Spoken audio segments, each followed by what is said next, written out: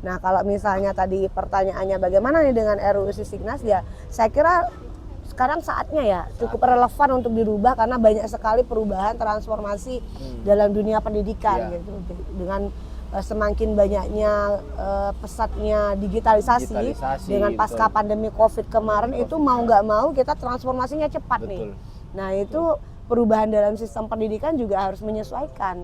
Nah, digitalisasi, teknologi, nah itu juga menjadi ruh juga dari RUU Sisdiknas kenapa harus berubah.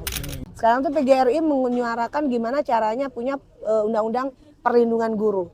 Itu di undang-undang revisi Sisdiknas sudah sampai dimasukkan itu. Ternyata masukan terkait perlindungan guru itu hari ini menjadi penting gitu karena banyak sekali guru-guru yang sebetulnya untuk tidak dikatakan dizolimi tapi juga diadukan karena pendisiplinan, kata disiplin dan produktivitasnya itu juga butuh perlindungan.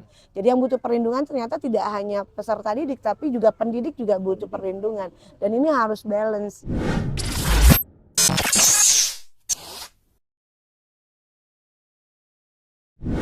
Bismillahirrahmanirrahim. Assalamualaikum warahmatullahi wabarakatuh. Waalaikumsalam warahmatullahi wabarakatuh. Kembali lagi bersama kami di podcast Resonara, Resonansi dan Suara. Alhamdulillah pada malam hari ini kita bersama staf khusus Komisi 10 DPR RI atau juga kita bisa bilang tenaga ahli Dr. Halila. Kita juga tahu beliau backgroundnya ini aktivis perempuan di UIN Syarif Hidayatullah Jakarta. Bagaimana kabarnya, Bu? Alhamdulillah baik. Jauh dari Jakarta, Bu, ya? Iya, Palu. lumayan. Berasa pergi ke luar negeri kita ya. Bagaimana Palu, Bu? Dingin? Palu panas. Panas Tadi soal. pagi jam 8 aja saya pergi ke Masjid Terapung itu panas sekali padahal masih jam 8 ya. Itu salah jalan, salah waktu jalannya keluar. Tapi enak ya di Palu. Di Sulteng kemarin saya juga habis dari Sulbar. Oh, dari Sulbar. Iya, ini udah hari kelima. Luar biasa saya hari libur masih kerja. Nggak apa-apa. Di Sulbar ada urusan Bimtek Wistren sebetulnya. Nah, sekalian di dua wilayah ini. Dan sekalian menguatkan saya kebetulan juga di LKP 3A Fatayat NU. Saya ketuanya dan saya punya amanah Konbes Fatayat NU untuk mendirikan LKP 3A di semua cabang Fatayat NU dan semua PW bahkan PCI di Indonesia nih Mas Ati. LKP 3A itu apa? Lembaga Konsultasi Pemberdayaan Perempuan dan Perlindungan Anak Fatayat NU. Nah, saya tadi melakukan pelatihan penguatan LKP 3A Fatayat NU dan alhamdulillah ini ketuanya PW-nya hadir dan sesulteng itu insya Allah datang, cuma 2 cabang yang non aktif belum datang tadi. Dan itu kita lakukan pelatihan supaya sahabat-sahabat yang belum kebentuk LKP 3-nya di Sulteng kita bentuk, yang sudah kebentuk kita kuatkan sumber dayanya supaya bisa melakukan pendampingan dan advokasi di masyarakat. Datang mengawal, Bu, ya? Iya, sekalian. Jadi saya sekali turun ke Sulteng itu tidak hanya menyelam minum air, tapi pengen dapat mutiara juga. Langsung 3 acara nih, pagi Bimtek Wistren, siang dengan sore itu penguatan LKP 3 Fatayat NU, malam ketemu sesama angkatan nih Habib Sadik nih. Ya, sama-sama alumni UIN Syarif Jakarta. Tadinya mau ngopi aja di kafenya, ada podcast ketemu Mas Atik. Masya Allah. Kesempatan besar sama orang besar juga. Amin, dirimu juga akan besar insya Allah. Ya, ngomong-ngomong tentang kan tentang staf Komisi 10 ya. Komisi 10 kan kita berbicara tentang pendidikan, riset, teknologi, kebudayaan. Kita ada pembahasan tentang revisi UU Sisdiknas. Mungkin dari pandangannya Ning bagaimana sebenarnya ini tentang RUU revisi undang-undang ini? Karena ada pembahasan yang mendalam terkait hal ini. Ya, betul. Jadi hari ini itu sebetulnya di Komisi 10 sedang melakukan pembahasan ya, karena itu usul inisiatif DPR terkait Undang-Undang nomor 20 tahun 2003 tentang Sisdiknas. Dan revisi ini tidak hanya sekedar revisi, tapi juga kita menggunakan metode kodifikasi. Model kodifikasi itu adalah menggabungkan 3 undang-undang sekaligus dalam satu undang-undang. Undang-undang apa? Undang-undang nomor 12 tahun 2012 tentang pendidikan tinggi, terus nomor 14 tahun 2005 tentang guru dosen. Jadi 3 undang-undang ini dan RUU Sisdiknas sendiri itu digabung jadi satu. Oh. gitu. Jadi kita pakai metode kodifikasi. Nah, bahkan sekarang itu tidak hanya kodifikasi menggabungkan 3 undang-undang, bahkan kodifikasi modifikasi. Ada pembaharuan substansi-substansi baru yang dimasukkan dalam revisi RUU Sigdiknas. Jadi metodenya bertambah kodifikasi dan modifikasi. Modifikasi. Oh gitu Bu ya. Nah kalau kita lihat hari ini kan dalam konteks RUU Sigdiknas Bu ya, bagaimana posisinya dan tanggung jawabnya Komisi 10 nih dalam mengawal RUU Sigdiknas ini, bagaimana Bu? Ya, Komisi 10 itu bagian dari DPR RI ya. Fungsi Ya. legislasi itu salah satunya yang harus dijalankan oleh Komisi 10. Ada 3 fungsi DPR RI. Pertama fungsi anggaran, fungsi legislasi, dan fungsi pengawasan. Dari fungsi legislasi Komisi 10 hari ini alhamdulillah selain mau ngawal RUU Sigdiknas, nah barusan dapat surat dari DPR RI, kita akan membahas RUU tentang statistik. Nah, walaupun ini limpahan dari Balik, tapi karena kebetulan BPS itu mitra kerjanya dari Komisi 10, nah insya Allah Komisi 10 akan membahas itu. Jadi 2 undang-undang ini paralel insya Allah dibahas Komisi 10. Nah, kalau misalnya tadi pertanyaannya bagaimana nih dengan RUU Sigdiknas, ya saya kira sekarang saatnya ya cukup relevan untuk dirubah karena banyak sekali perubahan transformasi dalam dunia pendidikan gitu. Dengan semakin banyaknya pesatnya digitalisasi dengan pasca pandemi Covid kemarin itu mau nggak mau kita transformasinya cepat nih. Nah itu perubahan dalam sistem pendidikan juga harus menyesuaikan. Nah digitalisasi teknologi, nah itu juga menjadi ruh juga dari RUU Sigdiknas kenapa harus berubah. Bahkan itu kan dari 2003 Bu ya. Memang iya sudah tidak relevan lagi kalau dipertahankan. Idealnya kita melakukan revisi gitu, yang disesuaikan dengan tantangan ke depan. Hari ini itu sudah berubah, jadi jangan sampai apa yang sudah kita lakukan sekarang di ke depan tuh udah nggak dipakai. Nah kita harus berpikir jauh ke depan, kira-kira seperti itu. Betul. Jadi tentang sistem pendidikan ini memang digabung ya, dari kodifikasi terus dimodifikasi Bu ya. Kalau kita lihat hari ini, kalau dibilang dalam Undang-Undang Dasar 1945 kita lihat kan mencerdaskan kehidupan bangsa. Jadi sistem pendidikan nasional ini harus betul-betul bagaimana dia inklusif Bu ya. Kalau kita lihat dengan kata-kata inklusif hari ini, apakah pendidikan hari ini sudah merata ke daerah-daerah yang terpencil? Ya, memang tidak mudah ya. Indonesia itu memang negara besar yang banyak sekali pulau-pulau juga. Jadi kalau bicara pemerataan itu bicara soal akses. Jadi satu sisi kita bicara soal akses, kita bicara soal mutu, kita bicara juga soal pendidikan itu gimana caranya bisa punya outcome dan berdampak gitu kan ya. Dampaknya. Nah, kalau misalnya bicara soal akses pemerataan, nah kalau misalnya juga kita melihat apalagi daerah 3T dan terpencil, hari ini tuh Komisi 10 sangat semangat memperjuangkan itu. Kemarin kita juga habis membuat panja untuk daerah 3T dan itu cukup memberikan rekomendasi yang diperhatikan ya sama pemerintah. Nah, kalau bicara soal terkait sarana prasarana misalnya apakah program sekolah inklusif itu dilakukan apa enggak, kita berusaha menuju ke sana walaupun mungkin ada beberapa yang tidak yang eksklusif ya. Eksklusif bisa jadi karena harganya yang mahal atau karena hanya golongan tertentu yang bisa mendapatkan itu. Tapi saya kira melihat pemerintah hari ini dengan punya sekolah Garuda, sekolah yang bisa dikatakan eksklusif ya, walaupun menurut saya agak bahaya karena dulu pernah ada RSBI kita ya, dan itu di judicial review di MK dan kalah. Karena ternyata kalau misalnya muncul sekolah favorit atau sekolah yang bagus sekali itu semakin membuat timpang gitu kan. Tapi dia berusaha menganulir nih sepertinya pemerintah dengan adanya sekolah rakyat gitu kan. Jadi di Kemensos maupun di Kemdiktisayante walaupun dari sisi tupoksi saya rasa ya secara pribadi saya menyatakan itu kayak kurang tepat gitu. Itu seharusnya satu pintu di Dikdasmen gitu. Ya baik itu sekolah rakyat maupun sekolah Garuda yang ada di Diktisayante sendiri itu walaupun mitra Komisi 10. Nah, itu seharusnya ngurusin yang bersifat gurunya atau mutu kurikulumnya, nggak sampai ke bikin sekolah sendiri seperti Dikdasmen gitu.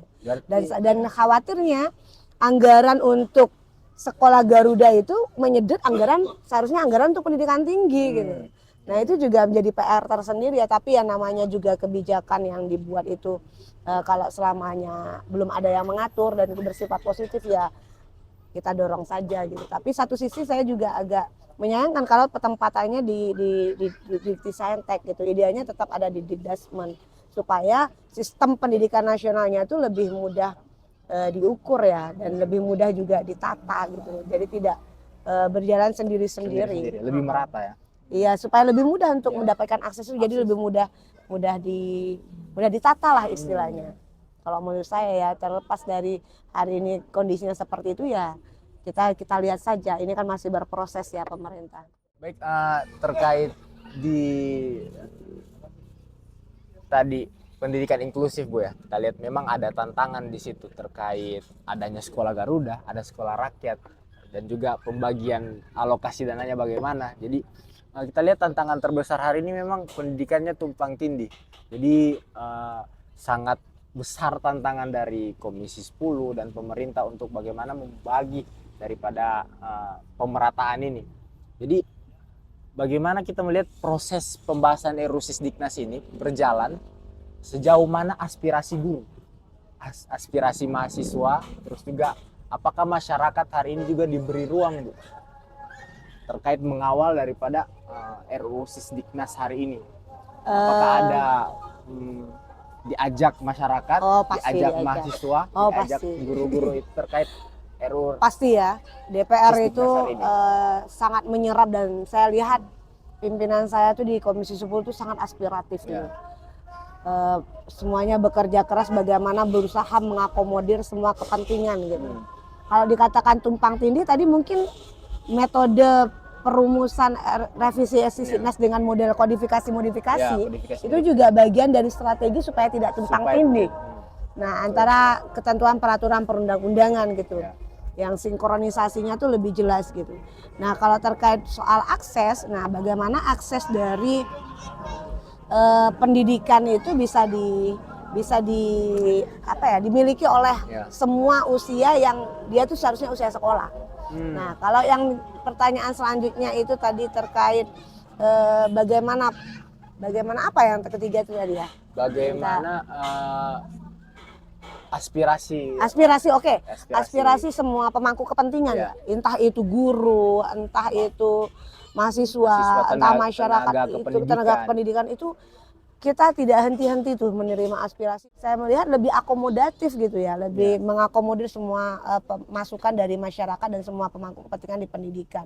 Nah, cuma memang dalam pengambilan kebijakan kan dari semua kebijakan yang akan kita putuskan itu biasanya kita juga harus memilih gitu posisinya. Posisi memilih itu misalnya apakah antara A dan B ini kira-kira kita pilih mana, kan tidak mungkin dalam satu ketentuan peraturan perundang-undangan nanti tumpang tindih kalau misalnya kalau kita masukkan keduanya. Jadi harus pilih salah satu mana yang paling banyak maslahatnya, yang sedikit mudaratnya, yaitu yang mungkin ini sangat banyak yang diperjuangkan, sangat yang diinginkan, termasuk misalnya aspirasi guru nih. Sekarang tuh PGRI menyuarakan gimana caranya punya undang-undang perlindungan guru. Itu di undang-undang revisi Sisdiknas sudah sampai dimasukkan itu. Ternyata masukan terkait perlindungan guru itu hari ini menjadi penting gitu, karena banyak sekali guru-guru yang sebetulnya untuk tidak dikatakan dizolimi tapi juga diadukan karena pendisiplinan, kata disiplin dalam politik saya itu juga butuh perlindungan. Jadi yang butuh perlindungan ternyata tidak hanya peserta didik tapi juga pendidik juga butuh perlindungan, dan ini harus balance gitu kira-kira. Nah, itu aspirasi itu didengar gitu kira-kira, dan kita berusaha mengakomodir itu di dalam rumusan-rumusan undang-undang Sisdiknas yang kita revisi. Saya tangkap tadi tentang pendisiplinan Bu ya, terkait pendidikan hari ini. Kita lihat ada berupaya untuk ada hak asasi untuk pelindungan guru. Hari ini apakah relevankah hari ini dengan pendisiplinan itu, atau mungkin harus ada batasan-batasan yang dibuat lagi hari ini terkait pendisiplinan itu menurut batasan Ibu? Apa tuh? Batasan pendisiplinan, apakah ada batasan-batasannya? Kalau zaman sekarang saya melihat gini, untuk jadi Gen Z lah, Alpha. Iya, melihat tuh setiap generasi pasti memiliki tantangan masing-masing ya. Dan setiap tantangan itu juga dimiliki oleh pimpinan masing-masing, dan setiap guru di setiap zaman juga pasti juga memiliki tantangan juga masing-masing. Cuman kalau misalnya apakah relevan batas-batas dari perlindungan itu sampai di mana, sehingga satu sisi dia tidak melanggar hak asasi manusia, satu sisi jangan sampai hukuman yang diterapkan atas nama disiplin itu juga melegalkan kekerasan misalnya. Karena saya aktivis perempuan ya yang tidak sepakat kalau misalnya metode yang dulu itu menggunakan kekerasan dalam disiplin itu menjadi tidak efektif hari ini. Anak itu menjadi kalau dulu mungkin masih efektif ya. Kita di zaman saya masih efektif dipukul, masih manut. Kalau sekarang malah ngelawan gitu. Ada strategi-strategi inovasi yang mungkin harus dimiliki guru untuk menyesuaikan dengan zamannya, dengan anak sekarang, supaya bagaimana caranya mereka bisa mengikuti apa yang kita informasikan gitu.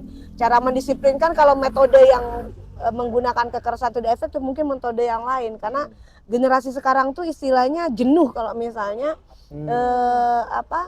metode pengajarannya yang sama dari dulu gitu sampai sekarang gitu. Padahal mereka sekarang update informasi, update pengetahuan itu tidak hanya dari sumber satu guru, bisa melihat dari medsos, bisa melihat dari, walaupun sebetulnya tidak semua hal yang mereka lihat itu juga benar ya. Karena pendidikan secara akademik dengan pendidikan yang bisa saya bilang sampah gitu kan bisa juga mempengaruhi kan algoritma itu. Nah itu juga bahaya, perlu diluruskan. Tapi kalau misalnya satu sisi dengan cara disiplin itu sudah mentok, kira-kira harus diberikan kekerasan itu tidak hanya kekerasan fisik ya. Kekerasan itu kan ada verbal dan non verbal. Ada juga kita menghentakkan saja, marah aja itu sudah psikologisnya tuh mentalnya sudah mendownkan siswa. Nah itu juga PR gitu. Alhamdulillah saya sebagai pendidik pun juga menghindari cara-cara itu, dan cara yang saya gunakan dengan pendekatan positif ya. Jadi kata-kata yang melarang saya tidak melarang, tapi saya lebih banyak menganjurkan dan mereka mengikuti. Nah itu juga strategi kita. Nah termasuk strategi bagaimana kita menyesuaikan dengan habitnya mereka yang hari ini pasti jenuh kalau kita kasih ceramah gitu kan. Nah akhirnya kita ajak mereka berdiskusi bersama atau mungkin memberikan tugas yang dengan keahlian mereka sehingga mereka mengikuti dan pembelajaran menjadi asik gitu. Nah itu waktu di zaman MBKM, Merdeka Belajar Kampus Merdeka, itu efektif bagus kalau misalnya kita beruntung kalau gurunya pendidiknya itu bagus. Jadi peserta didiknya juga akan ikut bagus. Cuman kalau misalnya kebetulan pendidiknya itu tidak ada inovasi, yang masih kaku, nah itu peserta didiknya tidak beruntung menurut saya. Nah itu konsep Merdeka Belajar dan Kampus Merdeka yang dulu itu mungkin tidak efektif. Ya mungkin sekarang berubah lagi ya, karena setiap jadi ganti menteri ganti kebijakan gitu. Nah sekarang jadi berdampak ya, kita ngikutin aja setiap kebijakan, berusaha menyesuaikan, tapi dengan cara-cara yang kita juga sesuaikan di lapangan seperti apa. Kira-kira seperti itu. Baik, tadi sudah dijelaskan sama Ning Halila terkait itu pembatasannya, ada positif negatifnya ketika kita terlalu keras, ketika kita terlalu lembut, dan juga ketika tidak ada inovasi yang kita kembangkan dengan relevannya zaman. Nah, saya juga dapat informasi bahwasanya dalam RUU Sisdiknas ini Bu, kita lihat adanya wajib 13 tahun untuk dalam pendidikannya. Mungkin ada sedikit penjelasan dari sebenarnya wajib belajar. Wajib belajar 13 tahun itu digagas sebelum revisi Undang-Undang Sisdiknas sudah mulai digagas. Di zamannya Pak Nuh aja dulu itu bahasanya PMU. Jadi jadi kita berusaha supaya sampai SMA nih, kasihan kalau cuma sampai SMP gitu kan SDM kita, tapi ternyata jangankan mau sampai SMP, anggaran SMA ya, SMP aja itu anggaran kok nggak mencapai aksesnya tadi itu, nggak merata kira-kira gitu. Nah tapi itu tetap dikejar, bahkan gimana caranya juga sampai TK pun itu juga kita usahakan juga menjadi tanggung jawab juga, walaupun sebetulnya agak berat ya kalau misalnya semua menjadi tanggung jawab negara gitu, ketika misalnya masyarakat seperti nggak mau tahu, pokoknya gratis itu Dikdas kan, wajib belajar sampai 13 tahun tuh. Padahal ada juga sisi masyarakat lain yang juga ingin berkontribusi dalam pendidikan gitu. dia punya banyak uang, dia juga pengen berkontribusi gitu, tapi nggak ada ruangnya gitu. Itu tuh juga dipikirkan gimana caranya itu juga punya ruang gitu. Jadi kalau misalnya wajib belajar seolah semua ditanggung negara dan gratis, kalau misalnya kebijakannya negara firm, dia itu konsen terhadap pendidikan, itu bisa saja. Karena MBG aja bisa kan gitu. Nah, kenapa itu juga ya kira-kira seperti itu tergantung policy juga ya, kebijakan yang dipilih gitu. Karena kan anggaran terbatas, tinggal mana yang mau didahulukan nih. Nah, kalau misalnya pilihannya itu bisa saja terjadi. Tapi bisa juga kita karena kalau sudah ada di level undang-undang itu wajib dilakukan. Udah amanah gitu kan. Aturannya itu juga harus jelas. Nah, kalau misalnya nanti itu diputuskan dan disepakati ya kita tinggal ikuti, tapi juga belum tentu karena kan sekarang masih pengusulan nih revisinya. Nah, nanti tergantung setelah pengusulan diajukan ke Balik baru masuk ke tahap pembahasan tingkat 2 yang dilakukan pembahasan antara DPR dan pemerintah. Berarti masih pengusulan ya, masih pengusulan hari ini masih di DPR bolanya. Dan draftnya itu tunggu disampaikan ke Balik nanti dari Komisi 10. Nah, mungkin kalau sudah dari Balik, nah baru kita tunggu surprise nih dari Presiden. Nah, baru dibahas dengan pemerintah. Jadi masih panjang ini. Gak apa-apa, saya sih tertarik ya. Maksudnya senang saja ketika masyarakat tuh punya interest terhadap ini. Artinya kepedulian masyarakat terhadap pendidikan tuh tinggi gitu. Dan itu memang harus disorot oleh banyak masyarakat karena itu menyangkut nasib banyak orang. Terutama nasib generasi muda, anak-anak kita gitu kan di dalamnya gitu. Atau itu jantungnya masa depan Indonesia lah. Karena kita tahu kan pendidikan hari ini kan investasi jangka panjang. Iya, tidak kelihatan hari ini dan itu di politik tidak seksi ya. Karena kan hasilnya tidak langsung terlihat. Terlihatnya itu jangka panjang. Nah, kalau politik kan yang kelihatan sekarang maunya. Karena 5 tahun lagi harus kepilih lagi. Harus cepat-cepat yang instan. Padahal kita butuh waktu di dalam pendidikan itu. Ya, saya tertarik juga, terpikirkan lagi terkait iya Mas Atik nih banyak pikirannya. Banyak. Pas lagi kan sama ahlinya nih. Jadi jarang-jarang diskusi gini, Bu. Kan kita lihat hari ini kan lembaga yang paling banyak daripada alokasi dana itu adalah mungkin kita tahu BGN, Badan Gizi Nasional. Hari ini kita lihat dalam 10 besar top 10 itu ada pendidikan, Kemendikti lah, ada mungkin Kemendikbud, ada. Tapi nggak ada Kemendikbud sekarang. Nggak ada. Kemdikti Saintek dan Kemdikdasman. Iya. Dari saya memaklumi karena setiap kebijakan itu berubah. Tergantung berubah pemimpinnya. Harap maklum. Ya kita hari ini kan lihat BGN yang paling pertama. Iya. Dari top 10 itu ada pendidikan. Cuman bagaimana hari ini kita melihat, saya miris melihat kenapa kita lebih mementingkan, mungkin agak tricky nih, isi perut daripada isi kepala, Bu. Daripada kebijakan hari ini. Kita tahu kan ini adalah investasi jangka panjang, bukan jangka pendek. Kalau dari isi perut mungkin secepatnya itu kan hilang. Kalau untuk isi kepala kan jangkanya sangat panjang ke depannya. Mungkin dari situ bagaimana Ibu sebagai tenaga ahli melihat hal seperti itu, dan juga sebagai orang yang berkecimpung dalam dunia pendidikan melihat hal tersebut. Bagaimana nih? Kalau ditanya saya pribadi ya, kalau dari sisi pendidikan ya saya menangis. Karena ada banyak guru-guru yang berharap, bersabar, termasuk juga dia menantikan kesempatan untuk menjadi ASN gitu ya, tiba-tiba malah yang di MBG itu otomatis duluan. Nah, terus dari sisi anggaran yang seharusnya kita bahkan dapat kuota 20%, 20%-nya tersebar di 18 KL dan lebih kemana-mana, bececeran, di situ malah terfokus semua untuk MBG. Yang kedua dari sisi anggaran, dari sisi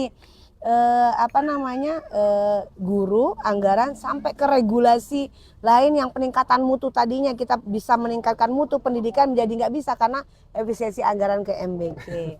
Termasuk penelitian yang mungkin ditambah 4 triliun di perguruan tinggi itu mungkin nggak cukup kalau misalnya mau lebih expand lagi ya.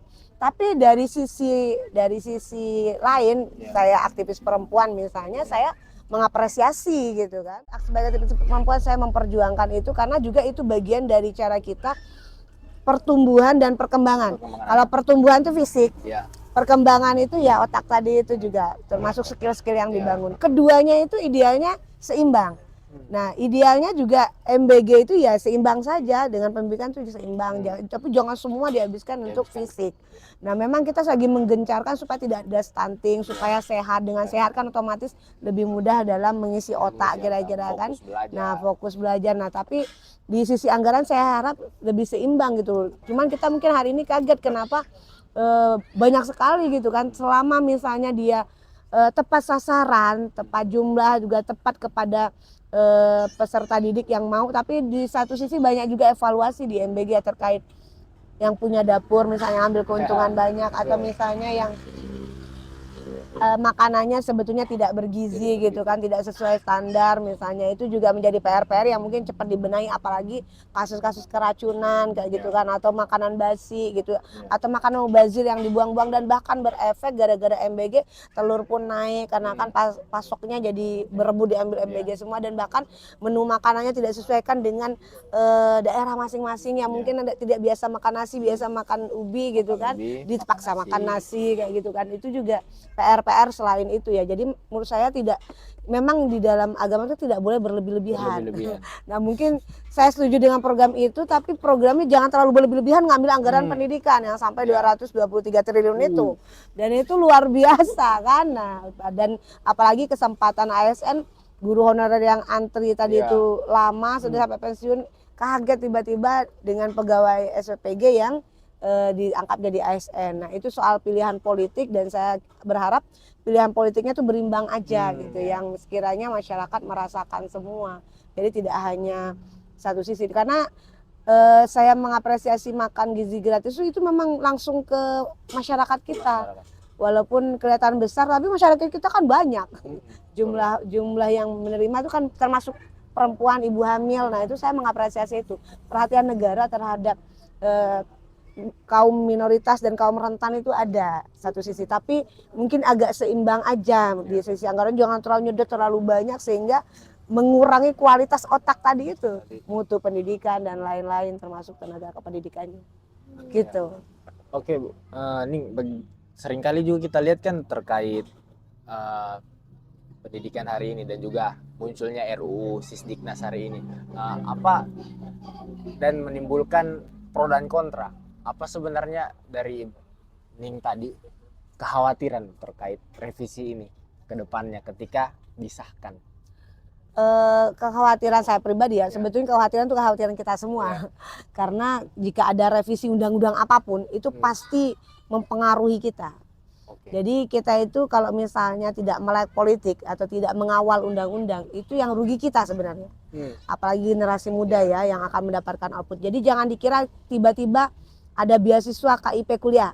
Itu enggak tiba-tiba. Itu perjuangan waktu di Undang-Undang Nomor 12 Tahun 2012 tentang pendidikan tinggi, kita memang mengalokasikan anggaran 20% untuk mahasiswa pintar tapi tidak mampu. Nah, kalau enggak disebutkan di dalam klausul itu, tidak mungkin ada anggaran itu. Jadi kalau pro dan kontra dalam pembuatan undang-undang ataupun revisi undang-undang itu menjadi hal yang pasti akan ada. Kalau misalnya nggak ada pro dan kontra, itu undang-undang pasti dibuat senyap. karena pasti banyak kepentingan yang akan terusik gitu dengan sebuah kepentingan kebijakan yang baru. Tapi kan kita berpikir lebih besar, bagaimana revisi ini juga menjadi lebih bermanfaat, lebih update, bahkan lebih sesuai, dan lebih kita pasti ngambil yang positif ya. Kita positive thinking aja gitu. Jadi ketika misalnya pro dan kontra itu pasti akan muncul, tinggal kita tadi seperti yang saya bilang, kita ambil banyak maslahatnya yang mana nih daripada mudaratnya. Saya kira itu. Jadi kalau misalnya ada pro dan kontra, ya udah kita terima saja. Jadi yang pro kita perhatikan, yang kontra kita perhatikan, sehingga kita bisa lebih bagus. Malah kalau semua pro kita bingung malah, atau semua kontra ya kita bingung juga. Nanti kalau ada pro dan kontra itu malah memperkaya kebijakan itu supaya lebih tepat kepada sasaran. Ya. Pasti ada pro dan kontra. Kalau nggak ada malah aneh. Makanya kita harus melek dari kebijakan khususnya mahasiswa ini. Memang harus melek dari kebijakan RUU, harus terus dikawal. Hari ini juga kita melihat dari RUU tadi pastinya ada positifnya dan juga ada negatifnya ataupun pro dan kontranya. Kita hari ini melihat dari perubahan konkret tadi, pastinya ada perubahan konkret yang paling mungkin terjadi dirasakan oleh guru, mahasiswa dalam waktu dekat itu apa saja sih sebenarnya, Ning? Harapan kita sih dampaknya harus semakin positif ya. Guru semakin sejahtera gitu kan. Terus mahasiswa gimana caranya supaya tidak terbebani, ruang aktualisasi dirinya tetap dibuka gitu kan. Nah itu harapan-harapan dari setiap perbaikan. Ya, kita pengen pasti lebih baik, namanya juga revisi untuk menjadi lebih baik ya harapannya supaya lebih baik gitu. Nah yang baik menurut kita belum tentu baik menurut mereka. Nah makanya kita mengakomodir semuanya sehingga kita bisa mengetahui mana sebetulnya yang paling dibutuhkan di masa ini gitu untuk baik pendidik maupun peserta didiknya, bahkan lingkungan semua pemangku kepentingan pendidikan. Baik, dan hari ini kita melihat pastinya akan ada perubahan konkret itu, dan harapan kita sangat besar terkait RUU Sisdiknas hari ini. Mudah-mudahan dia berpihak banyak kepada guru khususnya, berpihak kepada para siswa-siswa dan juga mahasiswa yang butuh beasiswa hari ini, dapat dirasakan dampaknya secara nyata kepada orang-orang yang membutuhkan. Sebagai penutup dari podcast kita hari ini, mungkin saya minta closing statement nih dari Ning sendiri terkait RUU Sisdiknas, dan juga mungkin kepada kaum perempuan hari ini, dan khususnya Ning sebagai aktivis perempuan, pesan-pesan closing statementnya terkait dari pembahasan kita malam hari ini. Pertama saya mengucapkan terima kasih Mas Atit atas kesempatan podcastnya. Prinsipnya setiap ketentuan peraturan perundang-undangan itu niat baik dari DPR RI itu juga pasti baik, karena DPR RI juga representasi dari rakyat. Nah cuman tinggal mungkin dibantu sama masyarakat untuk membantu mengawal, khawatir ada yang ada yang terlupakan gitu kan, atau mungkin sesuatu yang tertinggal kalau misalnya tidak dikawal bareng-bareng gitu untuk revisi Undang-Undang Sisdiknas. Dan harapannya doanya saja semoga revisi Undang-Undang Sisdiknas ini berjalan lancar. Masukan semuanya bisa diakomodasi dengan baik dan bisa dirumuskan dalam ketentuan peraturan undang-undangan yang berdampak positif terhadap sistem pendidikan nasional, memberikan kesejahteraan kepada pendidik gitu kan, termasuk juga memberikan ruang yang luas kepada peserta didik untuk bisa mengenyam pendidikan dari mulai akses mutu sampai semua ketentuan terkait sistem pendidikan lebih tertata dengan manajemen yang baik. Nah sebagai aktivis perempuan saya juga berharap ada afirmasi-afirmasi di dalam revisi Sisdiknas ini gitu kan, termasuk juga afirmasi tidak hanya mereka yang tidak mampu gitu untuk bisa tetap mendapatkan akses, tapi juga kepada daerah 3T yang tereliminasi misalnya, kalau misalnya tidak ada afirmasi dalamnya, atau mereka yang ada di kawasan bencana yang hari ini mungkin kita tidak bisa start bareng gitu kan untuk berebut kursi di bangku pendidikan, itu sebetulnya diharapkan semuanya bisa merasakan gitu. Dengan revisi Undang-Undang Sisdiknas ini semua warga negara Indonesia yang usianya usia sekolah, usianya usia mahasiswa punya kesempatan yang sama harapannya, apapun startnya, mau dia dari kalangan menengah, dari kalangan atas maupun kalangan bawah, dan bahkan yang terpinggirkan. Nah kalau misalnya ditanya lebih dalam lagi terkait aktivis perempuan ya, perjuangan aktivis perempuan itu kan sederhana, kalau tadi nyebut di MBG itu bagian dari pengurangan stunting, dan itu jangan berlebihan juga gitu, juga diingatkan juga pemerintah bahwa ada sisi lain yang juga membutuhkan anggaran, yaitu untuk peningkatan mutu, akses tadi juga harus dipertimbangkan, termasuk sarana prasarana. Kalau misalnya gitu, saya kira itu, dan saya berpesan kepada mahasiswa khususnya untuk terus giat belajar, gapailah cita-cita setinggi bintang kata Bung Karno kan, nanti akan sampai kepada cita-cita, karena generasi muda itu ada harapan bangsa Indonesia. Kalau generasi mudanya bagus, insya Allah masa depan Indonesia akan bagus. Tapi kalau generasi mudanya udah cuek gitu kan, atau tidak aware terhadap masa depan, itu kita juga yang rugi, apalagi kita mau mengalami bonus demografi. Mari kita songsong bonus demografi Indonesia ini dengan semangat bersama untuk kebaikan dimulai dari pendidikan di Indonesia yang tertata dengan baik. Baik. Tak terasa sudah setengah jam kita bincang-bincang sama Ning Halila.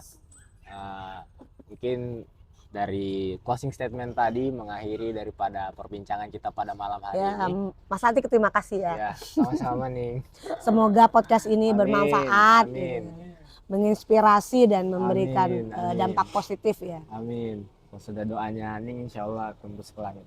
Amin. Baik, itu tadi dari closing statement dari Ning Halila sebagai staf khusus Komisi 10 DPR RI. Kami dari Resonara Podcast pamit undur diri. Assalamualaikum warahmatullahi wabarakatuh. Waalaikumsalam.